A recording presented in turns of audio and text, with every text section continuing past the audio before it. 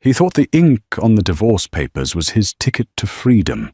He thought casting his wife aside for a younger model was the ultimate power move. But Julian Thorne made one fatal miscalculation. He didn't check the time of death on his father's death certificate, and he certainly didn't read the fine print of the family trust. When the lawyer stood up at the will reading and read the final clause, the laughter in Julian's throat turned into a choke. He had signed away his marriage just 20 minutes too early, and in doing so, he had accidentally signed away an $80 million empire. Stick around, because this is the story of how the most arrogant man in New York lost everything in a single heartbeat. The scratching of the Mont Blanc pen against the crisp paper sounded like a scream in the silent office. Julian Thorne didn't just sign the divorce papers, he attacked them. His signature, Julian Alexander Thorne, was a mess of aggressive loops and sharp angles, taking up far more space than the dotted line allowed. When he finished the final E, he lifted the pen and tossed it onto the mahogany desk.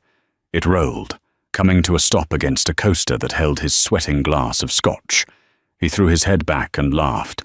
It wasn't a happy laugh. It was a barking, victorious sound that bounced off the glass walls of the penthouse office overlooking Manhattan. "Done," Julian said, his voice dripping with condescension. "Finally. I thought you'd drag this out until Christmas, Elena. But look at you, being sensible for once." Elena sat opposite him. She was 34, but tonight she looked 50. Her blonde hair, usually kept in a pristine blowout, was pulled back into a severe, fraying bun. Her hands were folded in her lap, squeezing each other so hard her knuckles were white. She wore a simple grey dress that had seen better days, a stark contrast to Julian's tailored Italian suit that cost more than her father's car. "I just want peace, Julian," Elena whispered. Her voice trembled, but her eyes remained dry. She had cried enough tears over the last 6 months to fill the Hudson River outside. "You made it clear there was nothing left to save." "Save?" Julian scoffed, reaching for his scotch. "Elena, darling, you can't save a sinking ship. You are dead weight. You know it. I know it. Even my father knows it, though the old man is too polite to say it to your face." Elena flinched at the mention of Arthur Thorne. Julian's father had been the only person in the Thorne dynasty who had treated her with genuine kindness. He was a titan of industry, a man who built Thorne Logistics from a single truck into a global empire, yet he always had time to ask Eleanor about her charity work or her painting. "How is Arthur?" Eleanor asked quietly. "I haven't been allowed to see him since you kicked me out." Julian waved a dismissive hand. "He's dying, Eleanor. That's what old men do. He's in hospice at the estate, unconscious mostly. Doctors say it's a matter of hours, maybe a day. Which is why—" He tapped the divorce papers with a manicured finger. "This timing is perfect." Elena looked up, confusion knitting her brow. "Perfect? Your father is dying and you're celebrating a divorce?" Julian leaned forward, his handsome face twisting into a sneer. "It's about the estate, Elena. The trust. Dad's old-fashioned. He has these archaic ideas about family units and spousal support. If I inherit the empire while I'm still married to you, you get a claim on the growth of the assets during the marriage. You could sue for a piece of the pie. But if I'm a single man when the clock strikes midnight on the old man's life, it's all mine, uncontested, clean." He checked his Rolex, a platinum Daytona. "It is 4:45 p.m. on October 14th. The judge has agreed to fast-track the filing electronically, as of right now."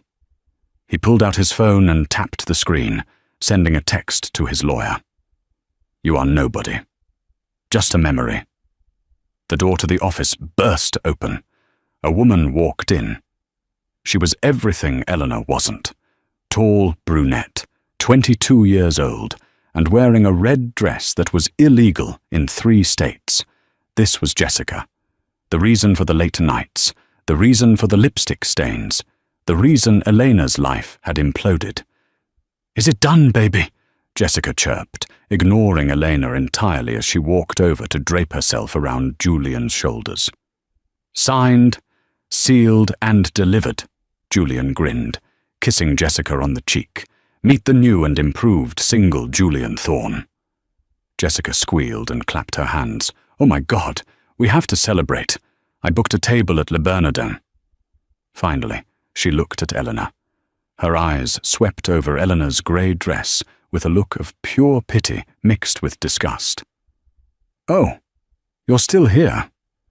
I thought the help would have escorted you out by now." Eleanor stood up slowly. Her legs felt heavy, but a strange calm was settling over her. She picked up her copy of the papers. "I'm leaving, Julian. I hope you find what you're looking for." Julian didn't even look up. He was pouring a glass of champagne for Jessica. "Goodbye, Elena. Don't let the elevator door hit you. And don't bother trying to visit the estate to say goodbye to Dad. Security has your photo. You're banned." Elena felt a sharp pain in her chest, not for Julian, but for Arthur. "He was like a father to me," she said softly. "He was my father," Julian snapped. "And now his money is my money. Get out!" Elena walked to the door. As she grabbed the handle, she heard them clinking glasses. "To the future!" Jessica cheered. "To the billions," Julian corrected. Elena closed the heavy oak door, shutting out the sound of their laughter. She walked down the long, marble corridor of the Thorne Enterprises building, clutching the papers that defined her failure. She felt small. She felt defeated. But as she stepped into the elevator and pressed the button for the lobby, her phone buzzed. It was a text message. "Unknown number. Meet me at the St. Regis Hotel bar, 6 p.m. It's about Arthur. Come alone." Elena stared at the screen, her heart hammered against her ribs. Arthur? Was he gone? But why the secrecy? And why the St. Regis? She wiped a stray tear from her cheek, straightened her spine, and stepped out into the cooling October air. She had nothing left to lose. She might as well see this through to the end. The King Cole bar at the St. Regis was dimly lit, smelling of old leather and expensive cologne. It was a place where deals were made in whispers and secrets were traded like currency. Elena felt woefully underdressed in her grey wool dress, but she kept her head high. She scanned the room. In the back corner, tucked away in a curved velvet booth, sat a man. He was older, perhaps in his late 60s, with silver hair combed back impeccably and a pair of wire-rimmed spectacles perched on his nose. He wore a charcoal suit that whispered Savile Row. It was Harrison Finch, Arthur Thorne's personal attorney and oldest friend. Elena's breath hitched. Harrison had always been distant, a man of business, strictly professional.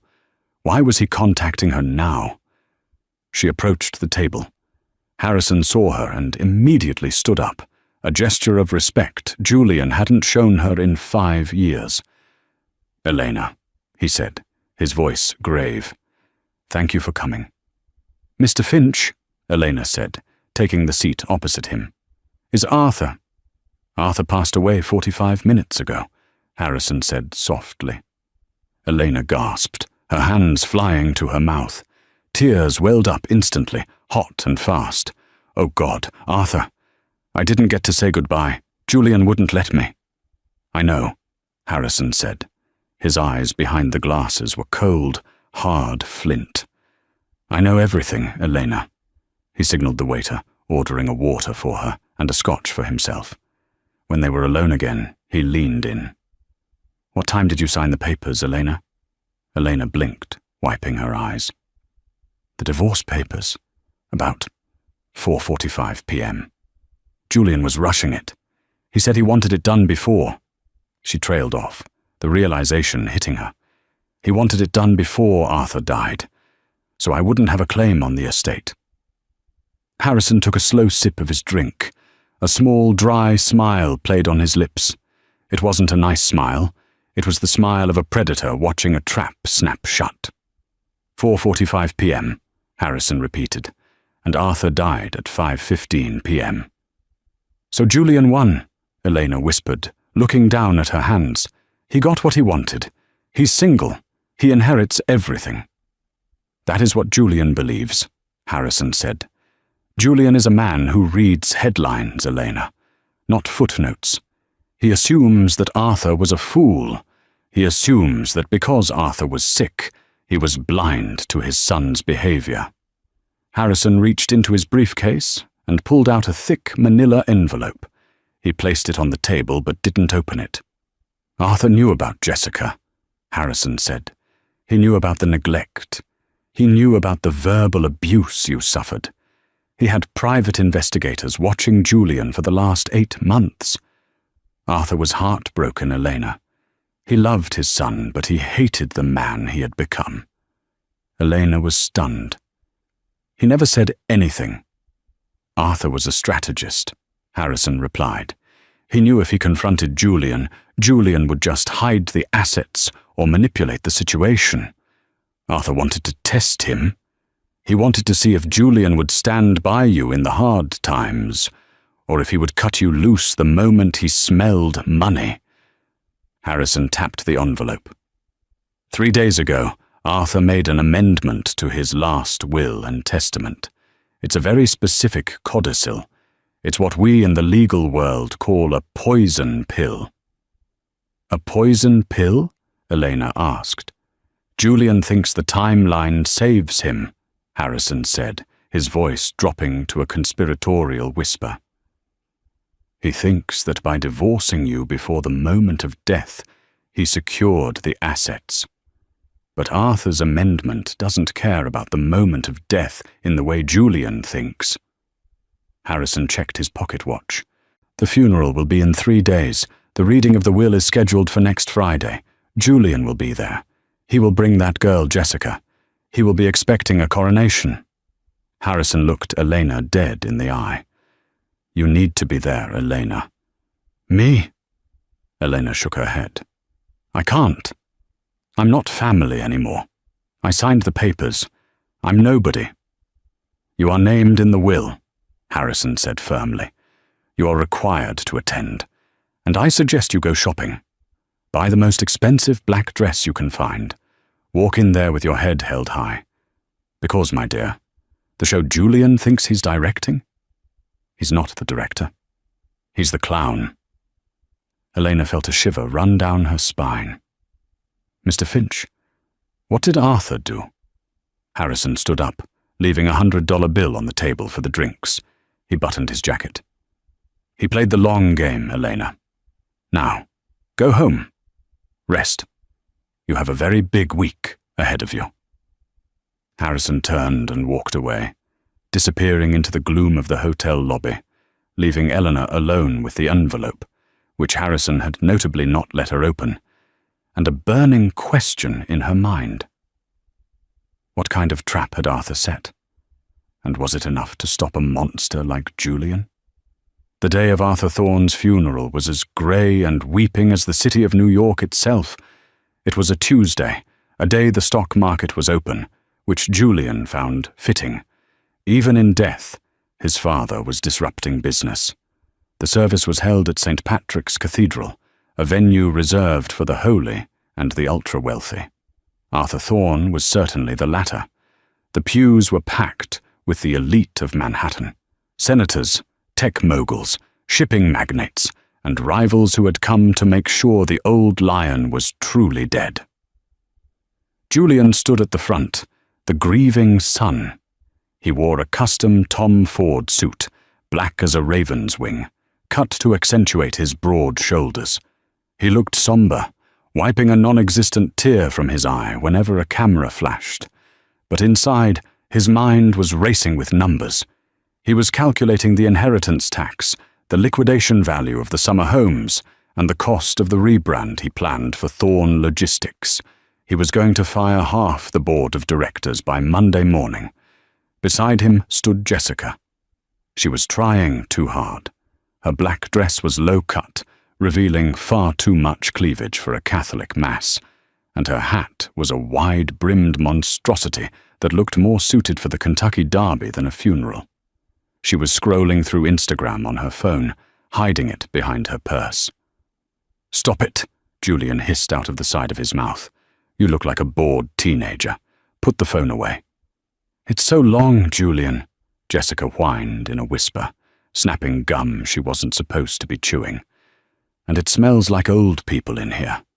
It smells like incense and power, you idiot. Act like you belong." Julian scanned the crowd. He felt a surge of triumph. They were all looking at him. The new king. He had timed it perfectly. The divorce decree had been processed. He was legally single. Every penny Arthur left him, and it would be billions, was safe from Elena's grasp. Then, the heavy oak doors at the back of the cathedral creaked open. A hush rippled through the back rows, moving forward like a wave. Heads turned. Whispers started, a low buzz that competed with the organ music. Julian turned his head, annoyed. Who dared interrupt his moment? Walking down the center aisle was a woman. For a second, Julian didn't recognize her.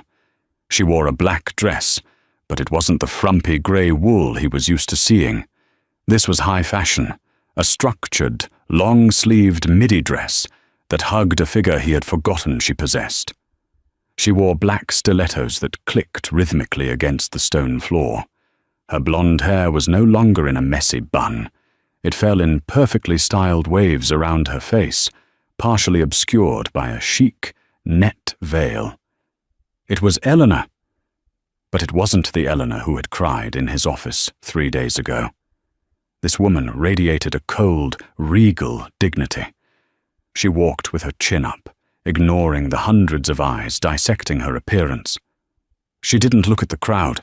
She looked straight at the closed casket of the man she had loved like a father. "What is she doing here?" Jessica hissed, her jealousy flaring instantly. "You said she was banned." "I did," Julian growled, his jaw tightening. He signaled to the head of his security detail, a large man named Brutus, standing near the pillars. Julian made a cutting motion across his throat. "Get her out." Brutus stepped forward to intercept Eleanor halfway down the aisle. The crowd held its breath. A scene at Arthur Thorne's funeral? This was better than the eulogy. As Brutus reached for Eleanor's arm, a cane shot out from a pew, blocking his path. Harrison Finch stood up.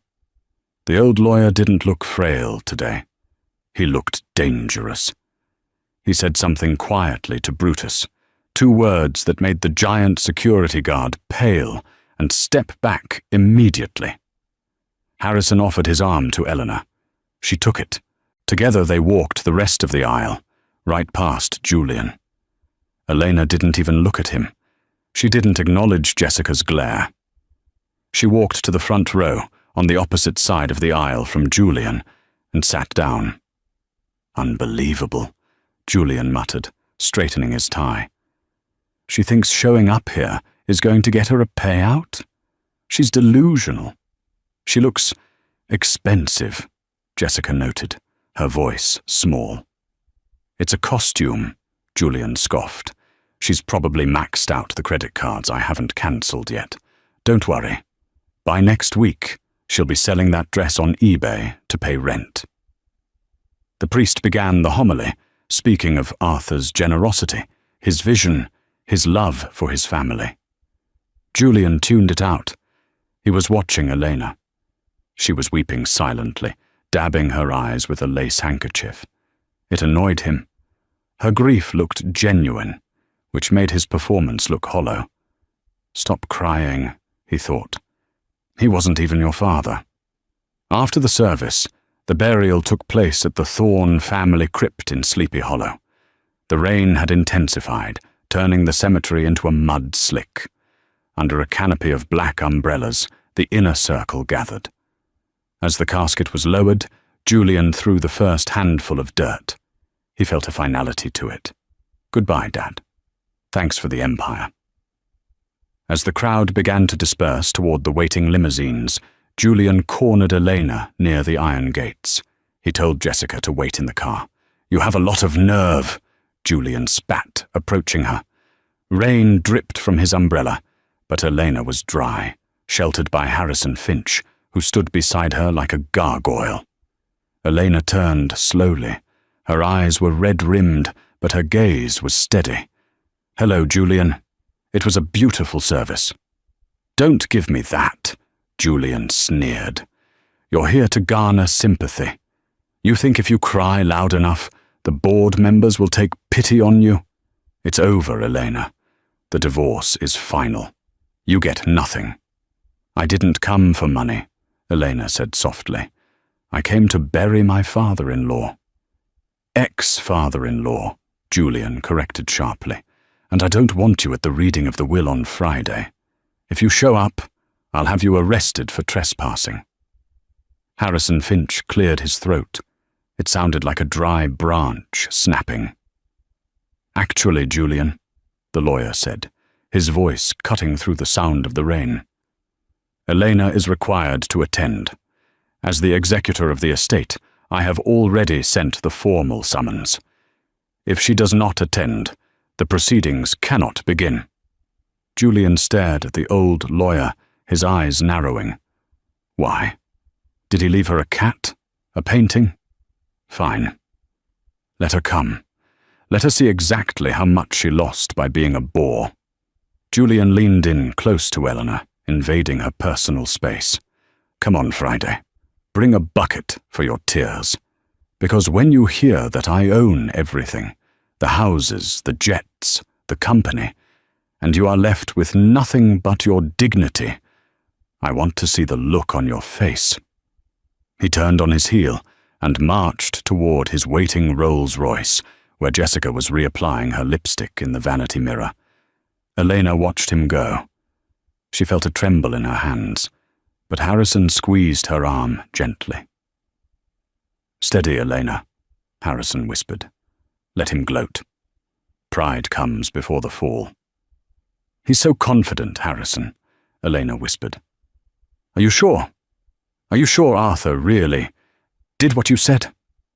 Arthur knew his son better than anyone, Harrison replied, leading her toward his vintage Jaguar. Julian sees the world as a transaction. He thinks he signed a contract of freedom when he signed those divorce papers.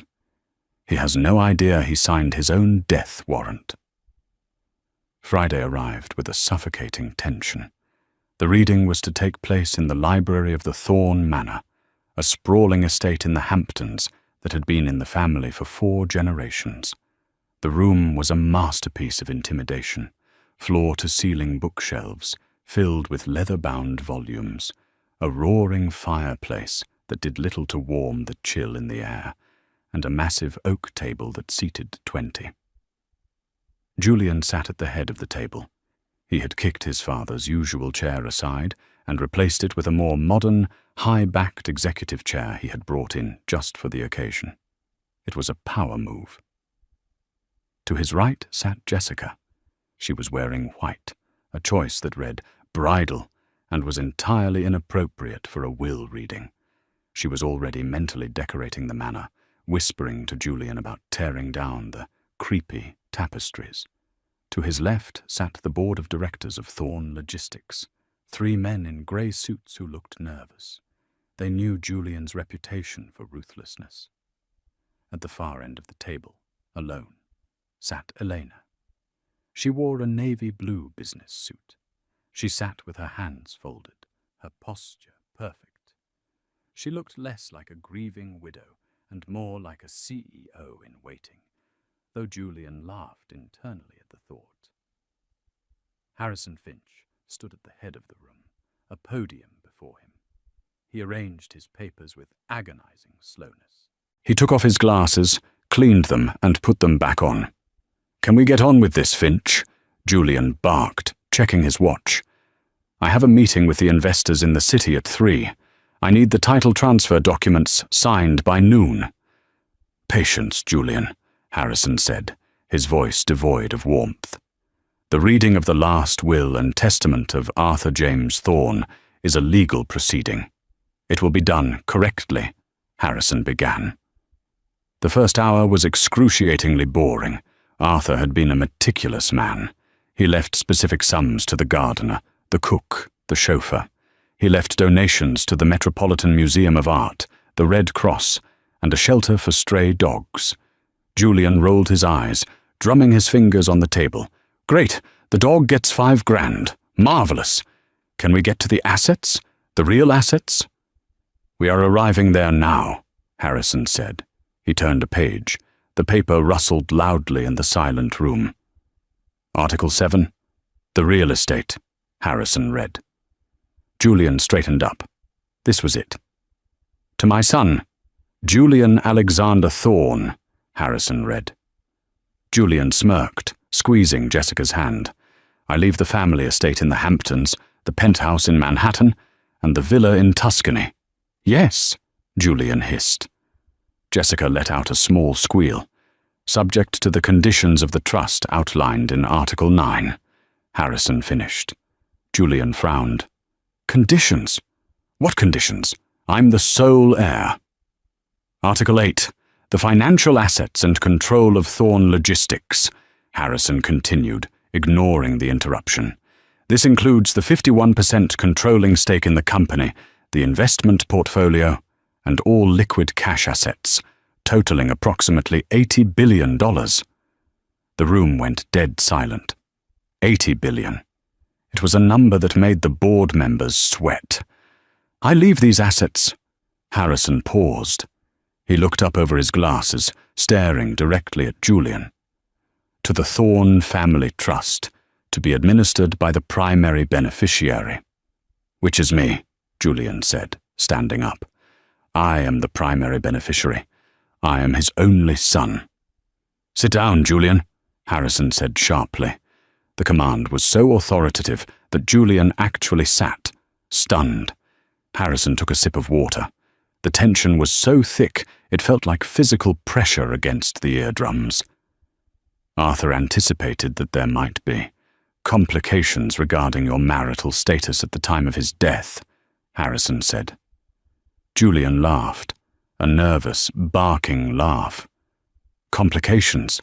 There are no complications. I am divorced. It is finalized.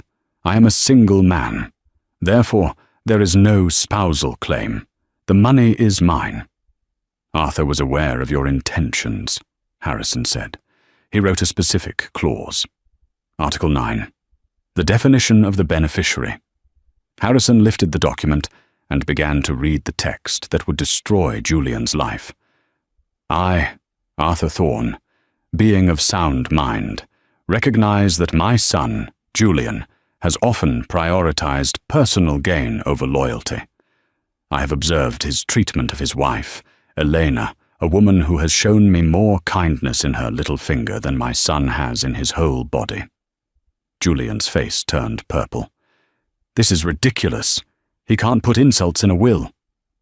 "Therefore," Harrison raised his voice, "the control of the Thorne Family Trust and all assets therein are contingent upon the stability of the family unit. If, at the time of my death, Julian Thorne is happily married to and residing with Elena Thorne, then Julian shall inherit 100% of the estate." Julian slammed his hand on the table. "I knew it. He tried to trap me, but I beat him. I divorced her. I'm not married to her. So the clause is void." "Let me finish," Harrison said, his voice dropping to a whisper that carried more weight than a scream. "However," Harrison read, "if Julian Thorne has filed for divorce, is separated, or is no longer married to Elena Thorne at the time of my death, then I hereby declare that Julian has failed the test of character required to lead this family and this company." Julian froze. The blood drained from his face. Jessica stopped chewing her gum. In the event of such a divorce or separation, Harrison continued, reading the death sentence, I hereby disinherit Julian Alexander Thorne entirely. He shall receive a one-time stipend of $50,000, provided he vacates all family properties within 24 hours. What? Julian screamed, standing up and knocking his chair over. That's illegal. You can't do that. And, Harrison read on, his eyes shifting to the woman at the end of the table, I hereby bequeath the entirety of the estate, the properties, the cash, and the controlling interest in Thorne Logistics to the one person who understood the meaning of loyalty. I leave it all to my former daughter-in-law, Elena Thorne. The silence that followed was absolute. Julian stood there, mouth open, his hands shaking. He looked at Harrison. He looked at the board members, who were now looking at Elena with newfound respect and fear. He looked at Jessica, who was looking at Julian with sudden horror. And finally, he looked at Elena. Elena hadn't moved. She sat perfectly still. She took a slow breath. She didn't smile. She didn't cheer. She simply closed her eyes for a moment, as if thanking Arthur, and then opened them. They were clear and steely. This is a joke, Julian whispered. It's a sick joke. I signed the papers. I signed them to protect the money. You signed them, Harrison said, closing the folder with a satisfying thud, to protect the money from Eleanor. But in doing so, you activated the clause that gave the money to Eleanor. You played yourself, Julian. No, Julian roared. He lunged toward the table. I'll contest it. I'll sue. I'll tie this up in court for decades. You can try, Harrison said calmly. But Arthur filmed a video statement explaining his reasoning, specifically for the judge. He cites your infidelity, which we have documented, and your financial recklessness. The will is ironclad. You have nothing, Julian. Jessica stood up slowly. She looked at Julian, then at the $50,000 figure mentioned, and then at Elena, who was now worth $80 billion. Wait, Jessica said, her voice shrill. So, he's broke? Completely, Harrison confirmed. Jessica looked at Julian with pure disgust. You told me you were going to be the king of New York. I am, Julian shouted, grabbing her arm. Jess, don't listen to him. We'll fix this. Jessica yanked her arm away. Don't touch me. I'm not dating a pauper. She grabbed her purse and walked out of the room without looking back. Julian was left standing alone, breathing heavily, the walls of the library feeling like they were closing in. He turned to Elena. His eyes were wild, desperate. The arrogance was gone, replaced by a terrifying realization of his new reality. Elena, he stammered. Elena, baby, you know I didn't mean it. The divorce. It was just business. We can fix this. We can remarry. We can share it. Elena stood up. She smoothed her skirt. She picked up her clutch. She walked slowly down the length of the table until she was standing right in front of Julian. She looked at the man who had tormented her, cheated on her, and discarded her like trash. You're right, Julian, she said, her voice calm and cool like a winter wind. It was just business. She turned to the security guards, Julian's own security guards. Escort Mr. Thorne off the property, Elena commanded. He has 24 hours to vacate the penthouse. Change the locks at noon tomorrow. The guards hesitated only for a second. They looked at the penniless man and then at the multi-billionaire woman. They made their choice. Sir, Brutus said, stepping forward and grabbing Julian's arm. It's time to go. Get your hands off me, Julian screamed as they dragged him toward the door. I am a Thorne. I own this place. Elena, Elena. Elena didn't turn around. She looked at Harrison Finch. Mr. Finch, she said, I believe we have a company to run. Harrison smiled, a genuine smile this time. Yes, Miss Thorne, I believe we do. But as the heavy doors slammed shut on Julian's screaming figure, Elena knew the story wasn't over. Julian was a narcissist, and a wounded narcissist is the most dangerous animal on earth. He wouldn't just go away. He would come back, and he would come back with a vengeance. And she had a secret too, one that even Harrison didn't know. One that made this inheritance more complicated than anyone realized. Elena placed a hand on her stomach. She had found out that morning. She was pregnant, and the father was the man she had just kicked out into the street. The fall from the penthouse to the pavement was brutal. 3 weeks after the will reading, Julian Thorne was living in a reality he had only ever seen in movies he turned off halfway through. The stipend of $50,000, a sum he used to spend on a weekend in Monaco, was evaporating faster than water on a hot sidewalk. He had tried to check into the Four Seasons, but his credit cards were declined. The black card? Cancelled. The platinum? Frozen. The bank accounts had been drained by the estate to cover outstanding debts incurred by the beneficiary. Julian was now staying at the Blue Horizon Motel in Queens, a place where the neon sign buzzed like an angry wasp, and the sheets smelled of bleach and regret. He sat on the edge of the sagging mattress, staring at his phone. He had called everyone, the senators he had dined with, the hedge fund managers he had parted with, even the guys he played poker with on Thursdays. Ghosted. All of them. In the world of the ultra-rich, poverty is a contagious disease. Nobody wanted to be near the man who lost $80 billion. Even Jessica had blocked his number after he asked to crash on her couch. Ungrateful parasites, Julian muttered, throwing his phone against the wall. It cracked, but he didn't care. He paced the small, stained carpet. He wasn't done. He refused to be done. He was a thorn. He had built connections his father didn't know about. There was one man who hated Arthur Thorne almost as much as Julian now did. Marcus Sterling. Sterling was a corporate raider, a man who bought companies, stripped them for parts, and sold the scraps. Arthur had spent 40 years keeping Sterling away from Thorne Logistics. Julian put on his one remaining suit, now wrinkled as he couldn't afford the dry cleaner, and took the subway into Manhattan. The indignity of the crowded train, the smell of sweat and metal, fueled his rage.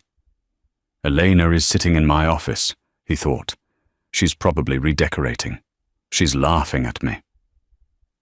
He arrived at Sterling Capital's headquarters. He didn't have an appointment, but he had a name. When he told the receptionist who he was, he expected to be turned away. Instead, he was ushered immediately to the top floor.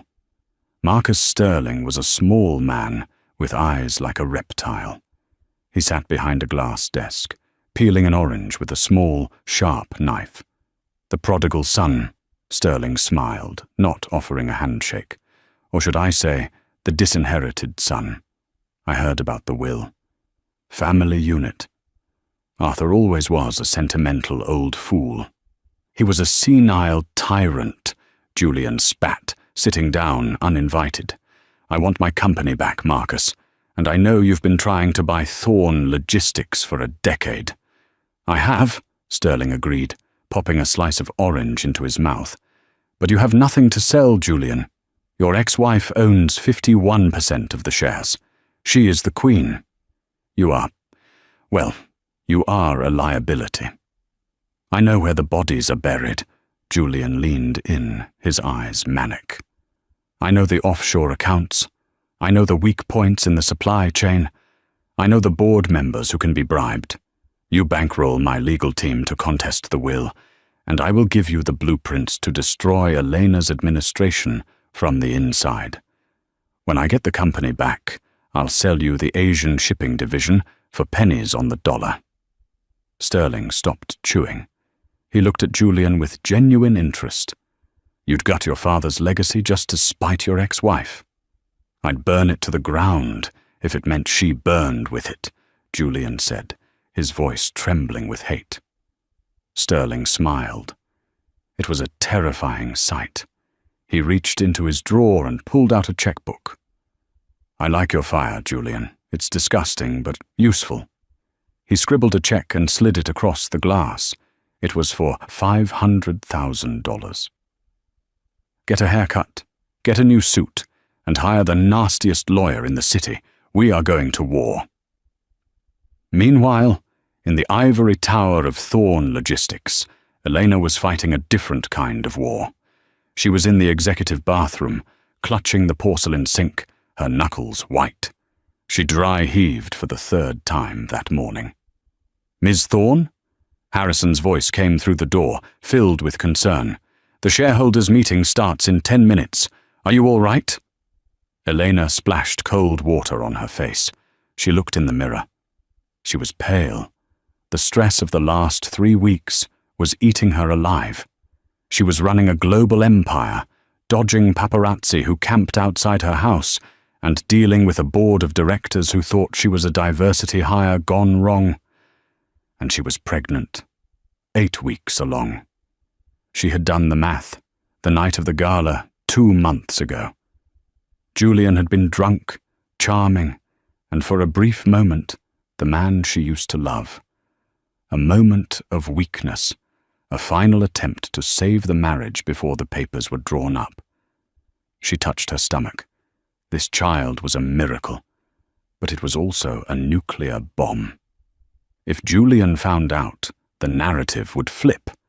He could claim that the family unit was technically ongoing because of the child. He could sue for full custody, arguing that a single mother running a CEO position couldn't care for an infant. He could use the baby as a pawn to force a settlement. "I'm fine, Harrison," Eleanor said, opening the door. She forced a smile. "Just something I ate." Harrison studied her closely. He was sharp. He noticed the way her hand hovered over her midsection before dropping away. He noticed the ginger tea on her desk instead of her usual coffee. "Elena," he said, his voice low. "If there is anything medical that might impact your standing, we need to prepare." "I'm fine," she insisted, walking past him. "Let's go face the wolves." She walked into the boardroom. 20 men in suits turned to look at her. They were ready to tear her apart. "Gentlemen," Elena said, taking the seat at the head of the table, Julian's old seat. "Let's begin." She didn't know that halfway across the city, Julian was walking out of a bespoke tailor shop, looking like $1 billion again, with a plan to crash the very event she was organizing to solidify her power. The Thorn Foundation Winter Gala was next week, and Julian had an invitation, courtesy of Marcus Sterling. The Winter Gala was the social event of the season. It was held at the Metropolitan Museum of Art, specifically in the Temple of Dendor room. The massive sandstone temple was illuminated by golden uplighting, and the great glass wall looked out over Central Park. Elena stood at the top of the receiving line. She wore a custom emerald green gown that was structured specifically to hide any hint of a bump. It was loose around the waist but elegant. She looked regal, untouchable. She had spent the last week winning over the board. She had discovered discrepancies in Julian's old accounting, money he had siphoned off for his mistresses, and used it to shame the dissenters into silence. She was proving to be Arthur's true heir in spirit, not just in name. Harrison stood nearby, acting as her gatekeeper. "You're doing beautifully, Elena," he whispered. "Arthur would be proud." "I'm exhausted, Harrison," she admitted, smiling at a senator while shaking his hand. "My feet are killing me. Just 1 more hour, then we can—" The air in the room changed. It wasn't a sound, but a silence. The chatter near the entrance died down instantly. The string quartet seemed to falter. Elena looked up. Walking through the entrance wasn't just Julian. It was Julian, flanked by Marcus Sterling, and a team of 3 videographers who were live streaming. Julian looked spectacular. He was wearing a white dinner jacket, looking like James Bond if James Bond was a sociopath. He wasn't cowering. He wasn't ashamed. He was beaming. He walked straight toward Elena. Security stepped forward, but Marcus Sterling held up a hand.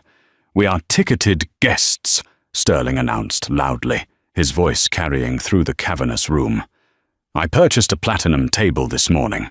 Unless you want a discrimination lawsuit on live video, I suggest you let us pass." Elena signaled the guards to stand down. She wouldn't cause a scene. Not here. Julian walked up the steps to where Elena stood. He stopped 1 step below her, so they were eye to eye.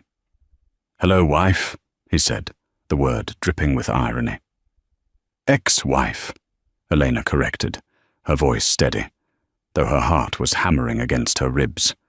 "What do you want, Julian? There is no cash bar for you to raid." A few people nearby tittered nervously. Julian's smile didn't waver. "I'm just here to support the family legacy," Julian said, raising his voice so the cameras could catch it. "And to make an announcement." He turned to the crowd. "Ladies and gentlemen, you all know the story. The tragic son, cut off by a bitter ex-wife who manipulated a dying man on his deathbed." "Stop this," Harrison warned, stepping forward. "I won't stop," Julian shouted, "because I have filed a motion today. A motion to exhume my father's body." Gasps ripple through the room. Elena felt the blood drain from her face. "You wouldn't." "I would," Julian hissed, turning back to her. "We have reason to believe he was under the influence of narcotics when he signed that codicil. Narcotics you administered." "That is a lie!" Elena cried out. The stress hit her like a physical blow. The room began to spin.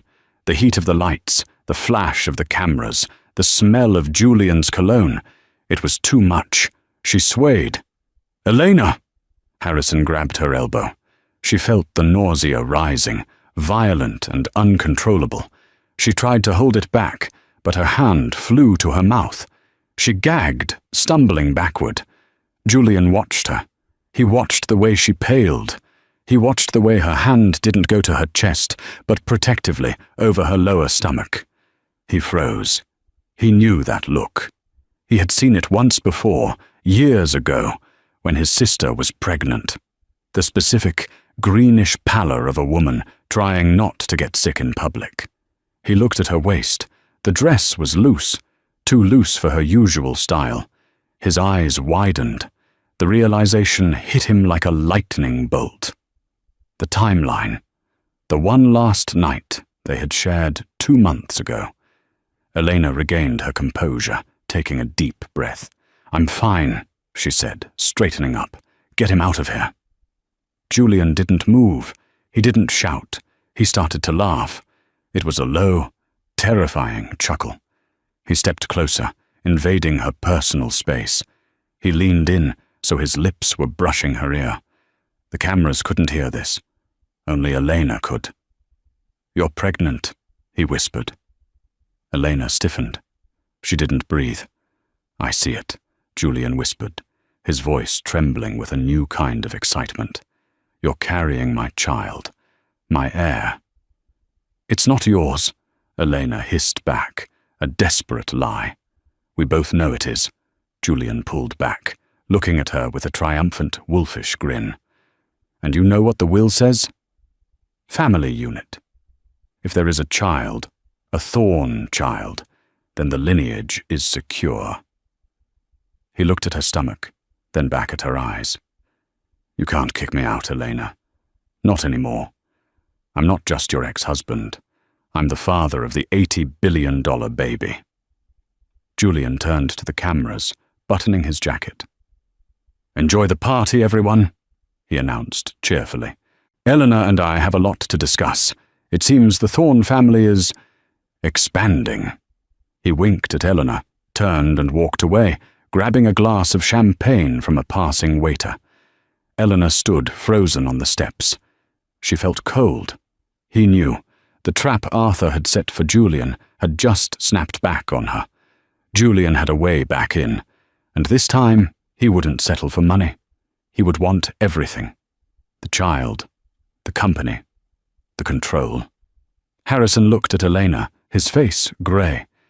He had heard the whisper. "Elena," he asked quietly, "is it true?" Elena looked at the old lawyer, tears finally spilling over. "God help us, Harrison," she whispered. Yes. The next morning, the headlines were brutal. "Billion-dollar bump. Is the Thorne Empire about to have a new heir?" "Ex-husband claims paternity in stunning gala showdown." Eleanor sat in her office, the blinds drawn. She hadn't slept. The stress was a physical weight pressing down on her chest. "He's filed for an emergency injunction," Harrison Finch said, walking into the room with a stack of legal documents that looked like a brick.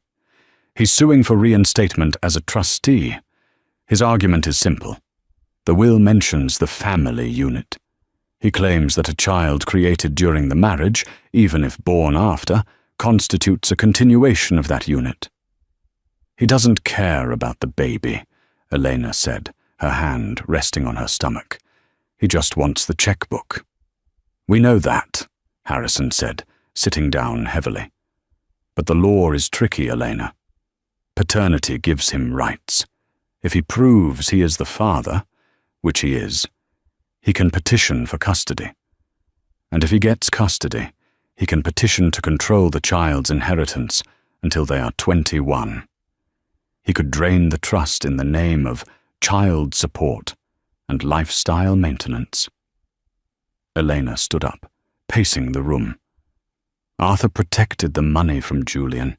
He protected me from Julian. Did he really leave a loophole big enough for Julian to drive a truck through just because I'm pregnant?" Harrison was silent. He took off his glasses and rubbed the bridge of his nose. For the first time, the old lawyer looked unsure. "Arthur wanted grandchildren, Elena. He was desperate for them. It is possible he didn't write an exclusion clause for this specific scenario, because he never imagined Julian would divorce you while you were carrying his child." A chill went through the room. If Arthur hadn't anticipated this, Julian could win. The intercom buzzed. "Ms. Thorne," the secretary's voice trembled. "Mr. Thorne is here, and Mr. Sterling, and the police." Elena's eyes widened. "The police?" The doors swung open. Julian walked in, looking like he owned the place. He was flanked by Marcus Sterling and 2 uniformed NYPD officers. "There she is," Julian pointed at Elena. "I'd like to file a report for attempted fraud and custodial interference." "Get out of my office," Elena said, her voice shaking but loud. "It's not your office anymore," Julian sneered. He slammed a piece of paper on the desk. "This is a court order from Judge Chamberlain. Pending a DNA test, I have been granted temporary visitation rights to ensure the health of the fetus is not being compromised by your stressful work environment." He leaned over the desk, his eyes dead and cold. "Marcus and I have a proposal. You step down. You sign over full control of the trust to me as the father. In exchange, I won't sue for full custody. I'll let you keep the kid on weekends. You can be the mummy. I'll be the CEO." Elena looked at him with pure loathing. "You would trade your child for a job title?" "I'm trading a liability for an asset," Julian smiled. "Business 101, darling. Arthur taught me that." Elena looked at Harrison. The lawyer was furiously reading the court order, looking for a flaw, a mistake, anything. But he was silent. Julian checked his watch. "You have until noon to sign the resignation, or we go to court, and I drag your name through the mud so deep you'll never get a job as a waitress, let alone a CEO." He turned to leave. "Tick-tock, Elena." As Julian reached the door, Harrison Finch stood up. "Wait." The single word stopped Julian. He turned around, annoyed. Save the speech, old man.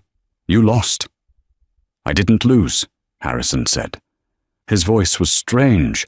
It wasn't defeated. It was perplexed. He was holding the very back page of the will, a page that had been sealed in a separate envelope, marked, "To be opened only in the event of issue." Harrison had just broken the seal. "I apologize, Elena," Harrison said, his eyes scanning the document rapidly. "I had forgotten about Codicil 14. Arthur wrote it 5 years ago, after Julian's first indiscretion." "What are you mumbling about?" Julian snapped. Harrison looked up. A slow, terrifying smile spread across his face. "Arthur did want grandchildren," Harrison said.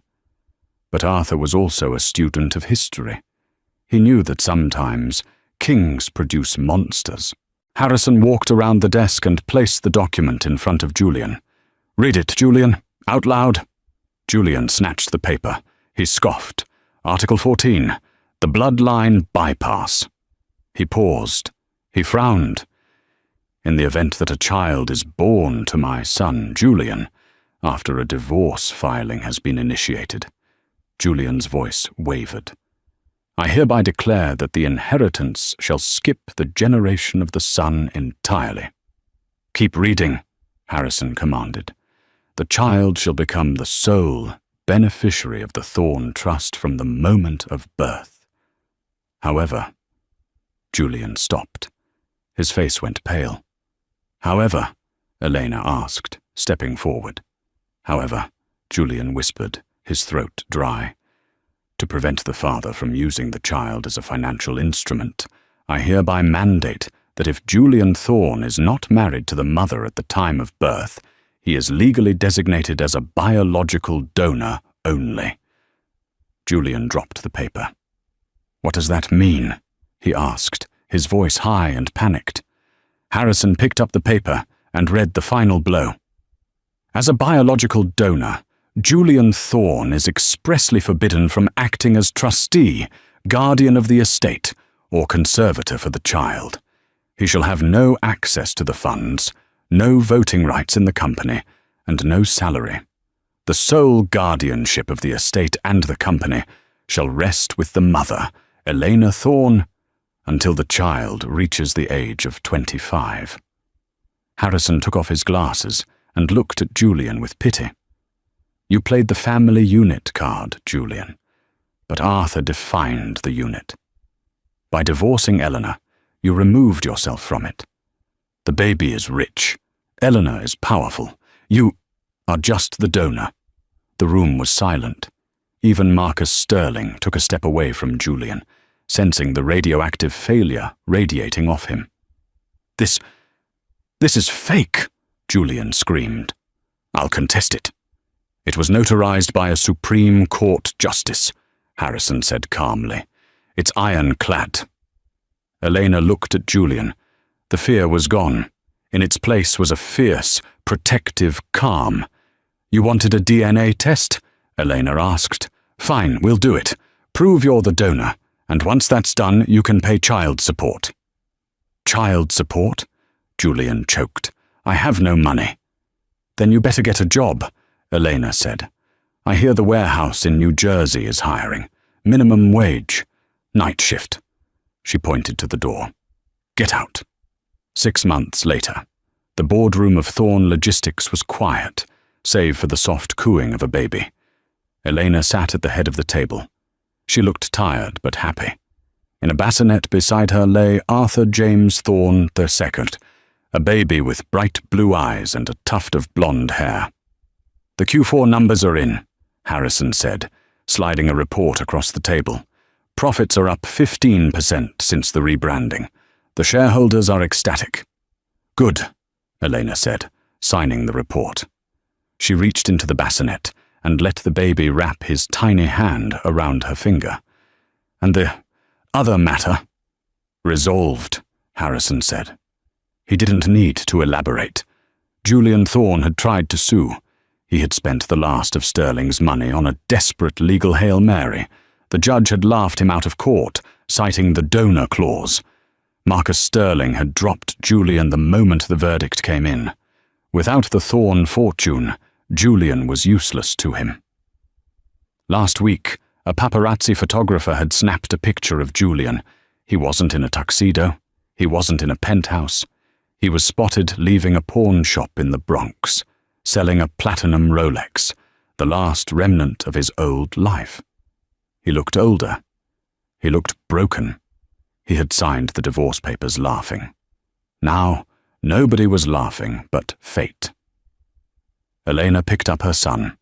She walked to the floor-to-ceiling window, looking out over the city. The empire was hers. Not because she married into it, but because she had the strength to keep it. "We're going to build something good, little one," she whispered to the baby. "Something your grandfather would be proud of." She looked at her reflection in the glass. She wasn't the victim anymore. She was the matriarch. And somewhere, out in the cold rain of the city, Julian Thorne pulled his collar up against the wind, realizing too late that the most expensive thing he ever signed was his own exit. The story of Julian Thorne is a brutal reminder that arrogance is the most expensive luxury in the world. He thought he could outsmart a father who built an empire and discard a wife who gave him everything. He treated people like assets and relationships like contracts. In the end, he learned the hard way that in the court of life, character is the only currency that matters. He signed away his marriage for freedom, but he ended up signing away his legacy. Wow, what a roller coaster.